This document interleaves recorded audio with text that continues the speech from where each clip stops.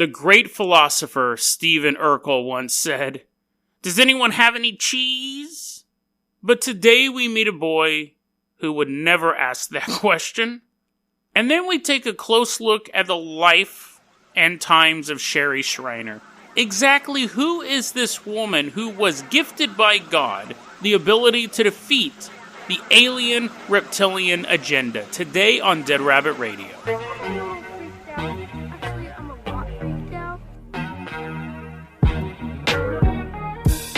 Hey everyone, welcome back to another episode of Dead Rabbit Radio. I'm your host, Jason Carpenter. I'm having a great day. I hope you're having a great day too.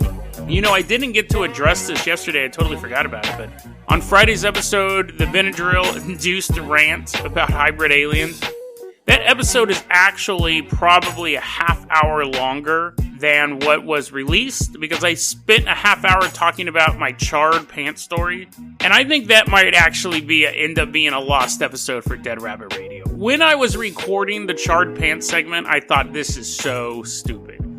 It's one of those stories that I've told to people who, knew about the pants and was kind of, in that time period, and they think it's hilarious. I haven't even listened back to it because it was so cringy. Even when I was recording it, I was like, I'm committed. I gotta finish this story. But once I got done with it, I'm like, it's basically sounded super stupid. It's currently on the Rabbitron 3000, and the power supply went off on that, so I don't even have access to it right now. If I'm not able to get the Rabbitron 3000 working again, I can still have the hard drives from it. But I think it's just a power supply issue. It's like an $80 fix. But it was terrible. It was a really, really bad segment. I remember as I was recording it, because one of the things you're taught as an actor is you commit. If you make a choice, you got to commit to it. You can't change course in the middle of it. You can change, I've obviously made adjustments over this run of the show. I've made adjustments throughout the series, but once you kind of commit to a certain action in a particular moment, you have to commit to it.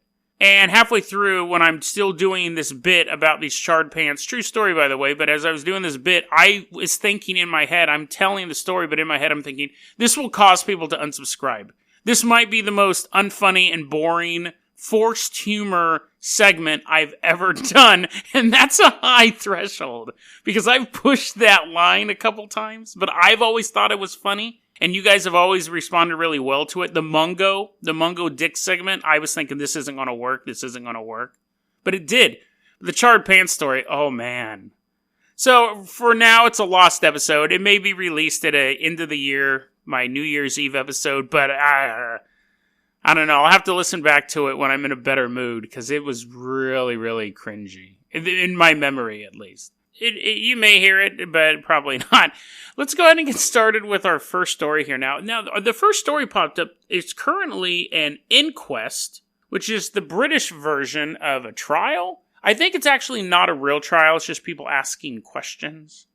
So I don't, whatever.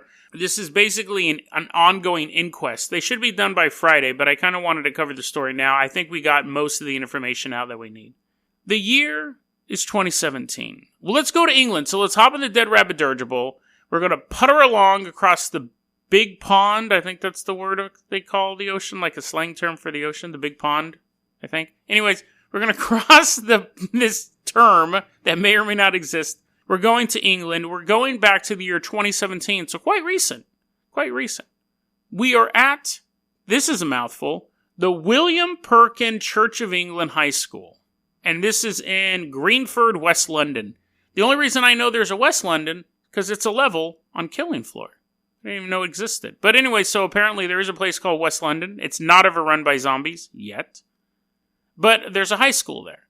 And it's lunchtime. And there's a boy who goes, "Oh, mate, I'm so hungry, and I see some food with my peepers. Can I have some of your food, governor?" And his friend goes, "Ah, yes, matey. Here, this is all I got." And as a joke, his buddy gives his hungry friend a little piece of cheese. It's described as half the size of a Post-it note. "Oh, what am I bloody supposed to do with this little thing?" And the kid, both of these boys are unnamed because this is a criminal inquest. They don't reveal the names of minors over there, because this all happened when everyone was about 13 years old. I probably should have set it up a little bit better, but anyways. I'm bloody 13. What am I supposed to do? I'm a grown boy. What am I supposed to do with this tiny piece of cheese? And the boy, jokingly, because what's he going to do with it? He flicks it at another student, and it hits the dude in the neck. Who he flicked it at was a young boy, 13 years old as well, known as Karanbir Singh Chima. And the cheese hits his neck, and he goes, I'm allergic to cheese. I'm allergic to cheese. And he peels the cheese off of his neck and begins rubbing his neck and goes to the doctor. And people are like, what? Like, okay, you're allergic to cheese. Sorry, mate. And they go about their day. And Karanbir goes to, we'll just call him Chima because I can pronounce that better. Chima goes to the medical facility at this high school.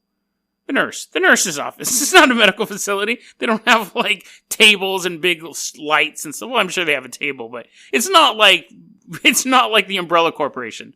They don't have, like, an underground medical facility. But anyway, so he goes there. Now, later on, the first boy who flicked the cheese is sitting in class. He gets called to the principal's office. The principal goes, "What did you do? What did you do to him?" And the kid's like, "What are you talking about?"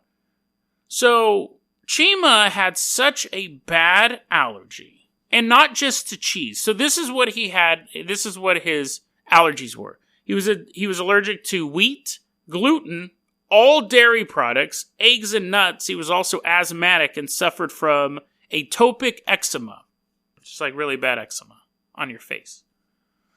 I think it's on your face. But anyway, so he had this whole list of things, and the cheese hit him on the neck, and He goes underground to the Umbrella Underground Medical Facility, and within 10 minutes he stops breathing, and within 10 days he's dead. People are really stunned by this because there's been no cases of anyone ever dying from getting a allergen on their skin. So nobody can figure out what's going on. So eventually, though, they're holding this inquest. That happened back in July 2017. Right now, they're holding this inquest. They're bringing in all these experts. They're trying to really figure out what happened here. And the first day of the inquest was the big news story. People are like, the headlines that you're seeing is teen schoolboy died after pupil threw cheese slice at him, inquest told. And here's another one. Expert calls death of dairy-allergic boy hit by cheese unprecedented. And it truly was unprecedented. They said there are people who've gotten sick from having food they're allergic to put on their skin, but to actually die isn't very likely. It's impossible, actually. It's never happened before, but it happened here. So at a certain point, the school's thinking maybe he ate something at the same time he got the cheese on him. Like, that's the only thing that could have killed him. Well, what happened, the newest update, it's not as clickbaity, because the original, you know how the news works. The first article comes out, everyone pays attention to it, and then no one pays attention to the follow-up stuff. What they think happened is this. The cheese hit him on, it's still tragic, the cheese hit him on the neck, and he began scratching because it was irritating his skin, but because he had eczema, his skin was weaker, and he started scratching the eczema, which caused bleeding, which then actually made the cheese on his skin go into his bloodstream. Knock him out within 10 minutes from that. Super bizarre. And the kids are like, listen, we knew he was allergic to stuff, but I thought he was just allergic to bread. The kid who threw it said, listen, man, I was throwing stuff. We throw stuff during lunchtime. I wasn't trying to bully him or anything like that. He goes, I heard that he was allergic to bread. Because one time he sat down next to a kid eating a sandwich and he asked the kid to move. And the kid who gave the hungry boy the cheese said, I knew he was allergic to dairy, but I didn't know that cheese was a dairy product. I just thought it was yogurt and milk. And on that one, people are like, well, we kind of overheard you saying he was allergic to cheese. And he goes, I didn't say that. I didn't know if the kid was allergic to cheese. I just knew he was allergic to dairy stuff. What's interesting as well, though, is that the EpiPen, so he goes down to the 18th level of this medical facility. The EpiPen that they had on file for him was a year out of date.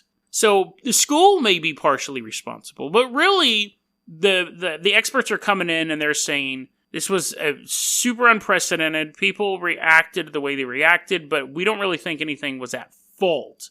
Technically, the kid who threw the cheese was at fault, but it wasn't out of maliciousness. He was just playing around. I always think it's weird that people have such common allergies. I know they say that peanut allergy, the reason why we have a rise in nut allergies is because we live in a more sanitized world. Everything is alcohol rubbed, like, the what's that stuff that you put on? Hand sanitizer. I never use it, so I don't know what it's called. Hand sanitizer. When you're using this antibacterial cleaner and everything like that, rich kids, I'm trying to get to the point, tends to be that kids, upper middle class kids, rich kids, are more likely to have a nut allergy because they live in a cleaner environment. Poor kids tend to have less allergies like that, unless it's just genetic luck of the draw, because they're being exposed to this stuff all their life. I never wash my hands before I eat. Okay, I put an asterisk next to that. I'll wash my hands before I eat if I'm doing something particularly disgusting before I eat. But that's my disgusting, not your disgusting. If I'm preparing somebody else's food, of course, I'm washing my hands. But I will putter around the house, do a bunch of stuff, clean up, not just like on my computer, which my computer's quite disgusting, but I'll be cleaning stuff up. I will work a full shift at a job, walk 2 miles home, playing around with my phone, picking up rocks, throwing them at squirrels, then picking up the squirrels and nursing their wounds and petting them, and then they bite me, and then they realize I didn't mean to really throw the rock at them, and then we become buddies. Go home, eat a sandwich. Actually, not a sandwich because I'm on keto, but I will go home, eat a hamburger. Don't think twice of it. And you may think, well, you're not touching the hamburger when you eat it. Aha! I am when I'm taking the frozen meat out and throw. I don't even wash. I wash my frying pan once every 2 days. Because I figure all of the meat that I'm cooking keeps getting more and more burnt, so it's not like I can't get anything from it. So I'll throw a couple steakums in there, cook it up. That's one meal. And then I'll throw in some more steakums, maybe 8 hours later. Eat that. And then the next day I'll continue eating steakums, and after 2 days of cooking meat in the same pan, then I wash it. And I'm super healthy. I never get sick. I get sick, but I don't get sick enough that it affects me. I'll be oh, my stomach hurts. Oh. But I go about my day. The moral of the story is don't be clean. Don't be clean. Actually, the moral of the story is don't throw cheese at people. But the moral of the overall lesson, the life lesson, is the less clean you are, the stronger you are. I don't think Hercules got his hair cut, and that's what made him lose his strength. I think they finally made him wash his hair. And it's an allegory for being a dirty person. Okay, now let's go ahead and move on to our next story. Now, this story is a companion piece to what we talked about yesterday. And I know people don't listen to every episode, so I'm going to go over it real quickly. There was a murder in the state of Pennsylvania. There was a couple named Barbara and Steve, and they were both followers of this online personality host, radio host, YouTuber named Sherry Shriner, who believes that the reptilian, alien, demonic overlords are being sent here by Lucifer to destroy our planet, and she has special powers, and she can teach you how to fight these interlopers, these alien, demonic, reptilian creatures. I used the term blew his brains out a couple times on yesterday's episode, and I was like, that's pretty insensitive. One of his family members may listen to this episode, and that was pretty insensitive, so. But anyway, she shot him. Now, when editing that, I was just kind of shaking my head. So, Sherry basically, in her mind, was right. Barbara was a soul-scalped reptilian who killed one of Sherry's followers. Sherry says, I tried warning him. Sherry also says she remote viewed the killing. And she told us this story where Barbara was watching Resident Evil, which is based on a true story, and so on and so forth. You can go more detail with yesterday's episode, but that's kind of the overview of where we're coming from. An alien, reptilian, demonic army is waging war against humans. Sherry Shriner is a general for the side of good, and she pointed out someone was really a reptilian in disguise, and that person ended up killing a man in cold blood. So you have to ask, who is Sherry Shriner? Coincidence? Did she just happen to pick out the one wacko that she could tell? Out of all these people, she could go, that person's a wacko, that person's probably going to murder someone, and she was right? Like just lucky guess right? Or does she know something we don't? Let's take a look at Sherry Shriner. Now, Sherry Shriner as a whole, and again, I want to say this is all due to an email I got from Gary. There'll be, again, we got 2 more Sherry Shriner episodes coming up. So I want to say thanks, Gary, for letting me know about this bizarre string of events. So Sherry Shriner, let's describe her in her own words. This is how her website opens up. Servant, prophet, ambassador, daughter, and messenger of the Most High God. Just as my ancient grandfather King David stood against the giants in his day with no fear, so will I stand against the giants in these last days with no fear. The Lord is my strength.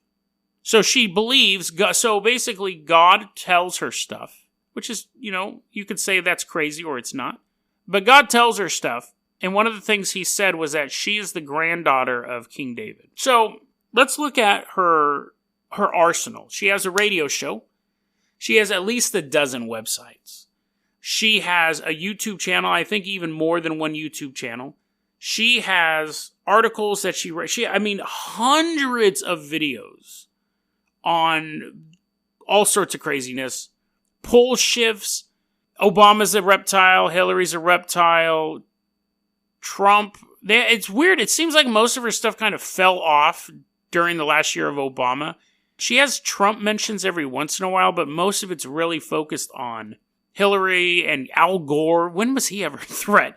Al Gore and Obama and all these reptile stuffs and pole switches and all this like old school conspiracy stuff. Nobody talks about the pole switch anymore. That's so like 2012. But anyways, her websites are littered with it. And you're thinking, okay, great, Jason. You found a weirdo website. It's hilarious because it's all like GIFs. It's all like these. There's just a picture of Al Gore and then it shifts to a picture of a fat alien. And I was like, I miss this internet. I miss this style of internet. But anyways, you're thinking, great, you just found some wackadoo online. She has a Patreon. And she has 8 patrons, which you think, that's nothing. That's probably her and like her mom and her dad and brother and stuff like that. And I agree. When I saw that, I was like, 8 patrons, like she's definitely like small time. If only 8 people are paying her, we don't know how much, she has that hidden, but you can assume anywhere from $8 to $800 a month. So, she did a GoFundMe and raised $154,000. So she has a sizable presence. Looking at those donations, they're mostly small donations. $10 here, $50 here, maybe $100 here. $154,000. So she's not just some weirdo with a laptop. That's me. That's me. That's when you have to sit and think that this is definitely something that's underground and viable. The message that she's saying is resonating with people. So why? Now, there's 2 ways to dissect that, obviously. But first, let's look at why her. When I was reading about this, I thought this is why this deserves its own segment. Because we finally kind of get to look into the mind, in their own words, of somebody who thinks like this. Completely unfettered. We actually get to see, and we can kind of look at a pattern. We're going to do a little psychoanalysis here. But before I say that, the reason why Meg Ryan is so weird looking now is because a reptile's taken over her body. So, again, she has a picture of Meg Ryan when she was like 25. And then she has a picture of Meg Ryan after years of plastic surgery. And she's like, look, proof. There's a reptile. It's like just nonsense stuff. Sherry Shriner in her own words. So, paraphrased, but the same thing. Sherry Shriner has her About Me segment. And she says, when she was a little kid, she would see monsters and demons at the foot of her bed. Terrified her. It would terrify anyone, especially a child. She couldn't figure it out why these monsters were all around her in the dark. She started seeing a taller one at the foot of her bed at night. This one seemed darker and more powerful. And she came to learn that this tall, dark figure at the end of her bed was one of Satan's generals. Sherry Shriner was such a threat to the future of Lucifer's plans that he sent one of his top dogs to spiritually break down this little girl. And that was when she realized that she was going to have a great role to play in the upcoming war between good and evil. Here's a quote. "From the time I was born, Lucifer knew I had a prophetic, I think that's how you pronounce that, prophecy thing, calling on my life, and that as an adult, I would grow up to become one of his arch enemies. I would learn as an adult how to expose, attack, and tear down his strongholds that he would create to control and destroy mankind. To prevent this from happening, he had assigned one of his top-ranking generals to kill me. Lucifer is on a mission to control the world as the Antichrist. I am on a mission to make it as miserable as possible for him. I despise him." Now, I think that kind of goes with that. I don't think most people are fans of Lucifer. Some Luciferians, but most people despise him. Anyways, thanks for those strong words there, Sherry. So, she's growing up, she has this. Now, at the age of 12, she says, I read the whole Bible. And I just kept reading it over and over and over again. I was fascinated by the end times, more than anything, more than any of the Bible stories. It was a book of Revelation that really, got my gears going. That's my words, not hers. But here are her words. "From the first time I had heard about the second coming of Jesus Christ, I was hooked. That is all I cared to hear about. That is all I wanted to hear about. Nothing else about religion interested me as much. I have seen enough and experienced enough of it daily to know religion itself was hypocritical." So she goes into this thing where she's not a fan of organized religion, she's not a fan of the church, but she's obsessed with the Bible. Now that is, I've met a lot of people like that. But when you devote your whole life to leading this God's army, you might want to be a little more open to the fact that these more learned individuals in these things may know more that you can gain from. But she kind of believes that all a man's church is corrupted by the alien reptilian demons and stuff like that. So, there's a thing, too, where the book of Revelation is very evocative. The Bible itself is quite boring, but the book of Revelation is basically a science fiction ending. It would be if Anne of Green Gables ended with an alien invasion. Like the last chapter was just aliens. But the thing is that to understand the book of Revelation, you have to understand the rest of the Bible. There are people who just study the book of Revelation. I also used to be obsessed with the book of Revelation, so I'm kind of speaking from this point of view. And my father, who was a minister, said, yeah, it's interesting and all that, but the illusions and the imagery and things like that in the book of Revelation, really, you have to know the rest of the Bible for it to fall into place. You can read it as an apocalyptic text, as a sci-fi novel, but it works better as a whole. That's why it is a chapter in a Bible. It's a book of the Bible rather than its own book. And also, there's debate who wrote it and whether or not it should even be in the Bible, but that's another topic. But you just can't keep reading the book of Revelation over and over again and have a revelation of your own. You have to study the Bible, and then you go, oh, this is what this part means because this is mentioned in Ezekiel or whatever. But let's get on to the interesting stuff. Okay, so wackadoo nonsense. This woman, she's a young girl. She sees a bunch of monsters and demons and stuff at her house. She can't figure it out.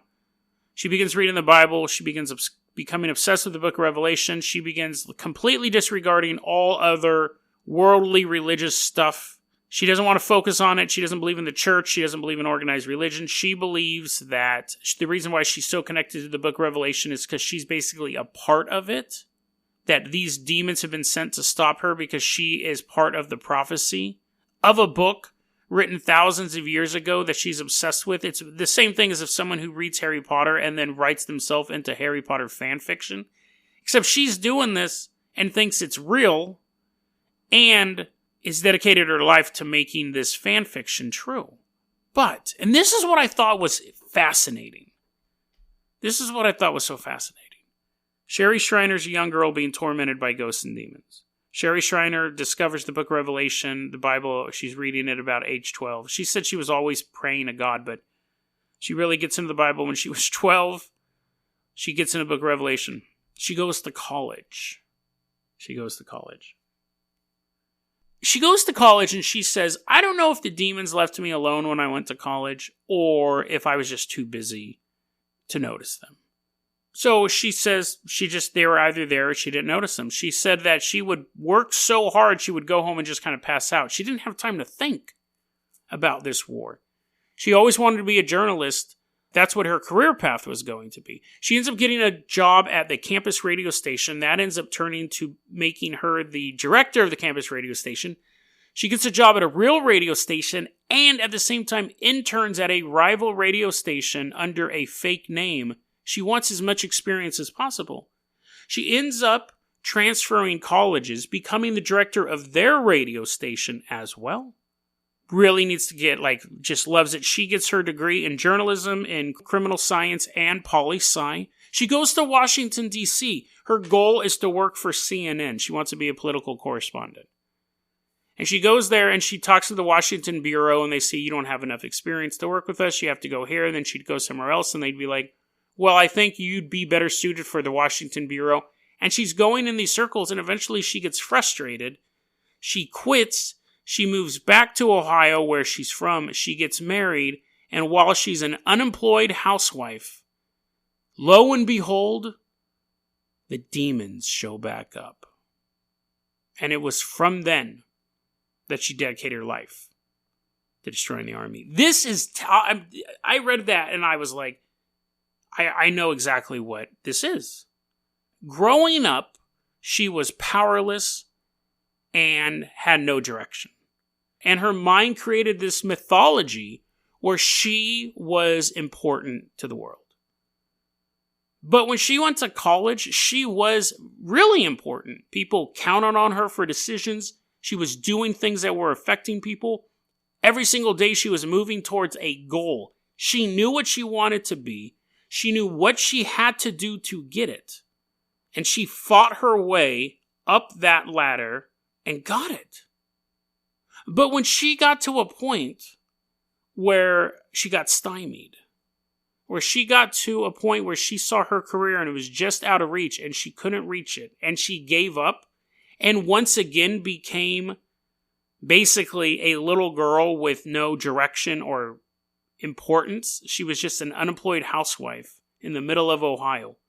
All of her dreams were over. Everything she had imagined for herself throughout college were gone. In the silence of normalcy, the mythology began again. It's been like this now for decades. She couldn't handle being normal. So she's created this entire mythology. Fascinating insight on someone like this. Being normal is hard. Being unnoticed and visible outside of your social circle is very painful for a lot of people. Some people are totally fine with it. I think most people are totally fine with it, but there's a good chunk of people that they need something more. They need direction. They need a myth about them. Most people, though, I really wish I was a lead guitarist for a band, but I'm 44, I have 3 kids. Just a dream. Maybe they'll pick up a guitar and play with their buddies on the weekend. Maybe they'll just play in the garage by themselves. They're kind of holding on to that, and that's totally fine. That's kind of just like a hobby thing. And you think, I wonder what could have been if I'd kept going with it. That's not really what we're talking about here. We're talking about somebody who, by their own admission, was King David's granddaughter, who was a major player in the end of the world. But once she got busy, all of that stuff disappeared. Her entire length of college, up until the point where she moves back to Ohio, she is not plagued by demons. Which really shows that they don't plague her at all. Because if they really wanted to take her out, they would take her out when she was most stressed. Working multiple jobs and trying to get school done and during finals. That's when the archdemon of Lucifer Ball Barrett would show up in your dorm room and start knocking stuff over, deleting files from your computer, pooping on your cat. That's, if any of this was real, that's when it would attack you when you were the most stressed.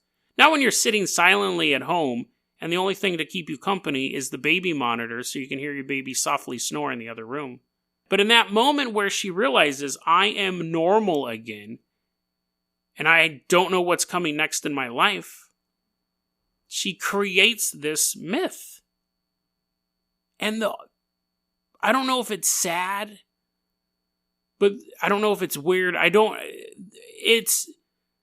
Other people are falling for this myth as well. Other people just like her, who have no direction. Someone who's working towards something, or someone who is very content with their life, who's like, I have everything that I want, and the stuff I don't have, I don't need.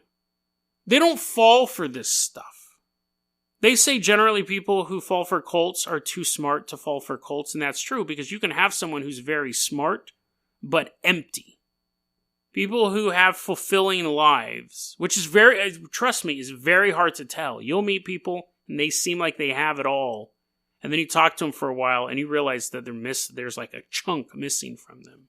But if someone sells you the line that, listen, it's you and me, there's a war coming, and they don't see it, no one sees it, but I see it, and I know you see it, and together we can change history. Are you with me? That message resonates with people who have a hole inside of them. It's very, very easy to exploit. Very easy to exploit. I remember long before I did the podcast, I was talking to Lana and I said, you know what, I was thinking I might become a cult leader. And she goes, please don't. Please don't. Because once you realize how people tick, it's super easy to manipulate them. And I'm really good at that. She's like, please don't. Because she could almost, in a flash, see the disaster that would unfold. Sherry Schreiner's not an outlier either. She's just one of thousands, really millions of people out there who manipulate others. She does it in a weirdo, alien way, and we're going to talk about some of her more bizarre beliefs tomorrow. That littering can actually defeat aliens. That enough litter made of a special component can destroy UFOs. We'll talk about that tomorrow. But we live in a world where almost everyone has a hole inside of them. That's not a sexual joke. But what's interesting about this little biography of Sherry Schreiner is that it made me realize at least, that even the leaders of these kooky groups are also empty, are also missing something. They need that mythology to be true as much as they need you to believe that mythology to be true. The only difference between Sherry Schreiner and anyone who follows her cult is she started the website first. She was the first one to put these beliefs down. But mentally, spiritually, she's just the same as every other member of one of these groups. And it's a warning to all of us to make sure that we don't let ourselves get to that point where we become so empty and so unfulfilled with our lives that we'll look for anything to give us meaning. DeadRabbitRadio@gmail.com is going to be our email address. You can also hit us up at Facebook.com/DeadRabbitRadio. Twitter is @JasonOCarpenter. Dead Rabbit Radio is the daily paranormal conspiracy and true crime podcast. You don't have to listen to it every day, but I'm glad you listened to it today. Have a great one, guys.